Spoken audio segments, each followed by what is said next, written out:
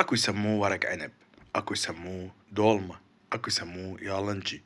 شو ما يكون بالنهاية طعمه يخبل، نباتي ذايب، والبهارات والريحة يباها. عاشت ايدها الام بيتي. تعالوا نسوي. جبنا ورق عنب معلب لانه بعد الموسم الحقيقي ما بلش الورق العنب. نقعناه بمي حار وغسلناه تقريبا 3 مرات. اخذنا علبتين يعني شيشتين. هسه نجي نحضر الخلطة. اول شي هنا ويانا تمر هند، معدنوس، دبس الرمان، طماطة، ثوم، بصل اخضر، عصير ليمون، ومعجون طماطة، وبس.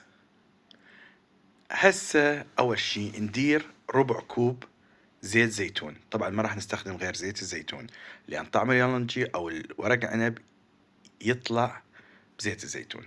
نضيف عليه تقريبا 6 إلى 7 بصلات خضر رفيعة مثرومة ناعم، و5 فصوص من الثوم، شوفوها مبروشة، خليها تنحمس لحد ما تذبل. ندير عليها تقريبا 4 طماطات مقشرة ومهروسة. تركه على النار لحد ما ينطبخ يوصل هالمرحلة. ضيف له ملعقتين طعام كبيرة مليانة كلش معجون طماطة، وكوبين من الرز المصري أو التمة المدعبل. نضيف دبس الرمان اللي هو ربع كوب، ونخلطه طبعا على نار ناسية، ونخلط به على مود يستوي إلى حد معين. هنا أكيد ما يحلى بدون تمر الهند أو تمر هندي. طبعا كمية اختيارية، أنتم تقدرون الحموضة، الملوحة إلى آخره. هنا نص باقة معدنوس تازة نضيفها. نضيف عليها ملعقتين كوب من الملح، ملعقة صغيرة من الفلفل الأسود، ونعناع مجفف. طبعا كميات البهارات تعتمد عليكم، تحبوها حارة تحبوها باردة، حامضة كلش، مالحة، بعد الأمر بيديكم. نضيف هنا ربع كوب مبدئي، طبعا يعني هذا أول ربع كوب من عصير الليمون الطبيعي، ونقلب. هاي المرحلة نذوق، يحتاج لها ملح بعد، يحتاج لها بهارات بعد، انه انتم راح تقدرون. المهم نطفي النار وخلص الموضوع. طبعا المي اللي موجود ويا الخلطة هذا تشوفونه الأحمر ما تذبونه، هذا جدا مهم. حشوتنا صارت جاهزة. هسه شو نسوي؟ نحشي. نجيب ورق العنب، طبعا الجزء الناعم اللي جوا، الجزء الخشن اللي برا. تمام. حشوها. بعد تحشوها شو ما تحشوها حشوها كمية اللي تريدوها، بس المهم نباتي. ليش؟ لأنه ما يصير تاكلون دائما لحوم وما لحوم، هم غالية. شوفوا سعر الكيلو 25,000. وهمين شوية حافظوا على صحة الكليتين مالتكم وجسمكم وإلى آخره.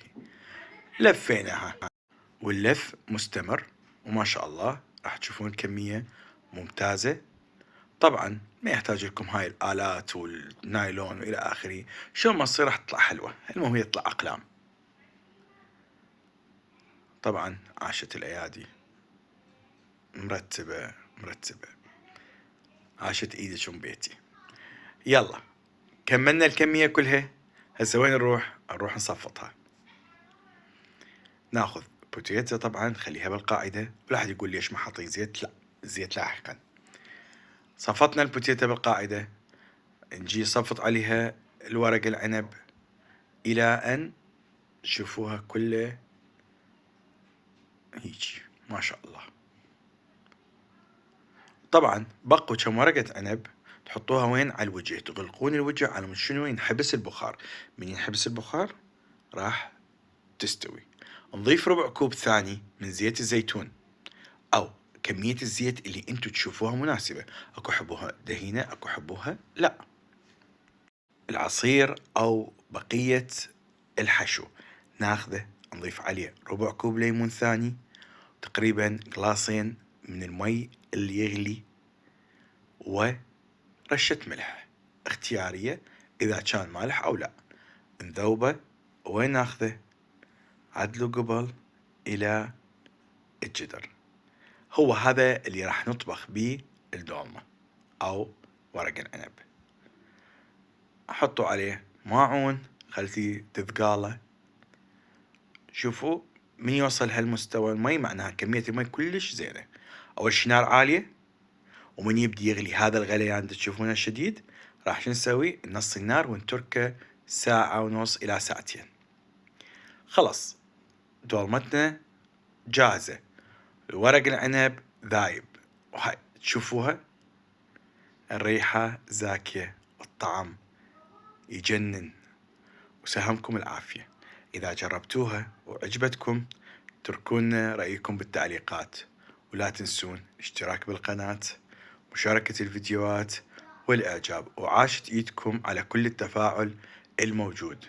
نشوفكم في الفيديو الثاني. مع السلامة.